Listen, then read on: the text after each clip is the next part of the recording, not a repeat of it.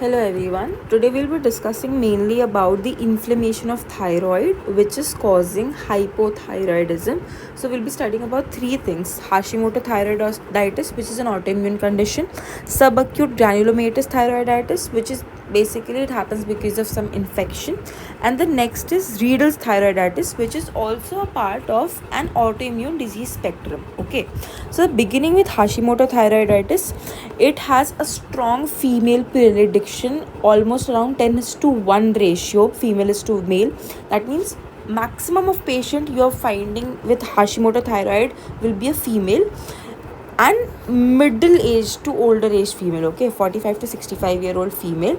Okay, it is a chronic condition, it is not an acute condition, which is mediated by the cytotoxic T cells, the T helper cells, Th1 helper cells, and the antibodies as well. All of these are involved in the pathogenesis. Okay, so it is nothing but a chronic autoimmune thyroiditis. What does thyroiditis mean? Inflammation of the thyroid gland, right? So, and it is one of the most common causes of hypothyroidism in iodine sufficient regions. In iodine deficient regions, there is multinodular or diffuse toxic goiter or non-toxic goiter. Okay, now the association which we must know is that it is associated with HLA-DR3 gene. It can also be associated with CTLA4 gene, PTPN22, and IL2RA. Okay, and it basically also increases the risk for primary thyroid lymphoma, especially the diffuse large B cell type. Right, now what do you basically find in a patient with Hashimoto thyroiditis is there will be the classic hypothyroidism which we say about, that is basically the TSH levels will be high and the T3 T4 levels will be low.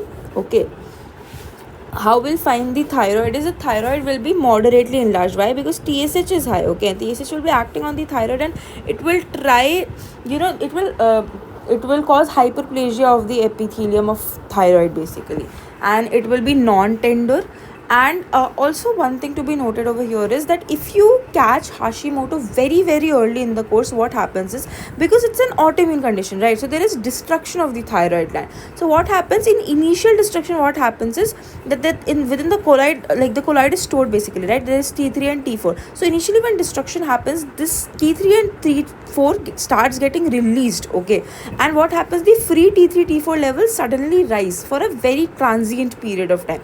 That is known as hashitoxicosis. That means the follicular rupture causes thyroid, the release of thyroid hormone, and it is leading to a transient hyperthyroid condition in Hashimoto thyroiditis, which is essentially a hypothyroid disorder. Okay, so that is hashitoxicosis. Okay, in serology we can find anti-TPO positive antibodies, which are antimicrosomal, and we can also find anti-thyroglobulin positive antibodies also. So these two are the main serological markers.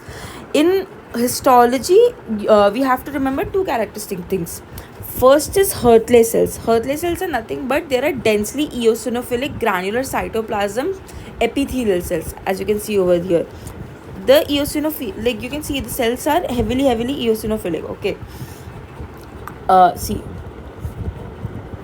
Okay, and the next thing is there will be lymphoid aggregates with germinal set, as you can see over here. It is fully inflamed. The lymphocytic infiltrate is present all throughout. So that is basically what we'll see in the histology, and the capsule will be intact. Okay, next is also one thing to be noted over here is that a mild self-limited variant of Hashimoto thyroiditis can be seen postpartum. That means after delivery, and it is usually self-limiting. So usually it lasts for less than 1 year.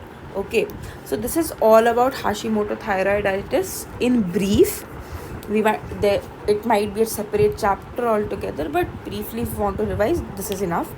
Next we'll come to subacute granulomatous thyroiditis. As the name suggests, subacute. So basically it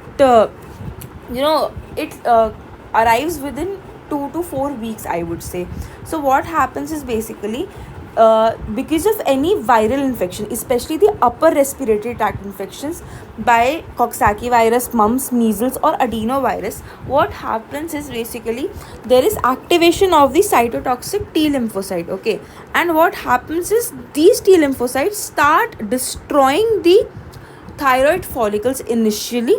That causes a transient hyperthyroidism, but later on what starts happening is that the destruction becomes too much, that basically it enters a stage of hypothyroid condition. Okay, but eventually as the viral infection subsides, it usually again returns, thyroid again returns back to its normal euthyroid state. That means if I draw a graph for ft3 and ft4, it will be something like this. There will be transient hyperthyroidism, then there will be euthyroidism, then there will be hypothyroidism, and then there will be again euthyroidism. Okay, so this is also known as decurvane thyroiditis, as you can see over here. We also call it granulomatous because granuloma formation is seen. Okay, so this is basically how it will be seen in histology. Again, it has a female predilection, and between 40 to 50 years old female mostly get it. Now see, since this is an inflammatory condition, the thyroid will be tender, that means painful to touch. Okay, also inflammatory condition means ESR will be raised, and along with that there will be also jaw pain. Okay, and histology, as you talked about, granulomatous inflammation can be seen.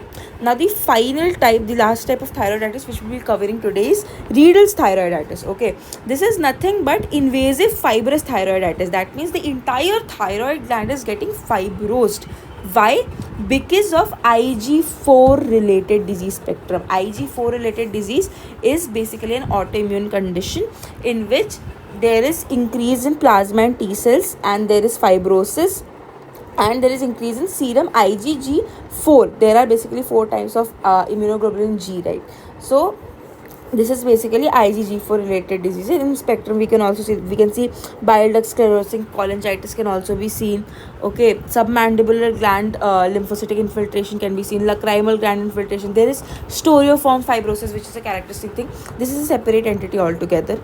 Okay, so Riedel's thyroiditis is invasive fibrous thyroiditis associated with IgG4 related disease, and since it is a wide spectrum autoimmune disorder, it can also be associated with autoimmune pancreatitis, retroperitoneal fibrosis, and non-infectious aortitis. Okay, and hypothyroidism can be seen in this condition in almost about 1/3 of patients, and the fibrosis is so extensive that it may even extend to the local structures, that is the structures surrounding the thyroid, which can be trachea or esophagus. Okay, and because of its invasive fibrosing nature, it can mimic anaplastic thyroid carcinoma. Okay, what we'll find is a non-tender, fixed, hard rock-like, slowly enlarging thyroid, which resembles anaplastic carcinoma. And in histology, we can see that the thyroid tissue is entirely replaced by fibrous tissue and inflammatory infiltrate, as you can see over here. So today we'll discuss about Hashimoto, subacute granulomatous, which is decurvane, and Riedel's thyroiditis. I hope you all understood. Thank you.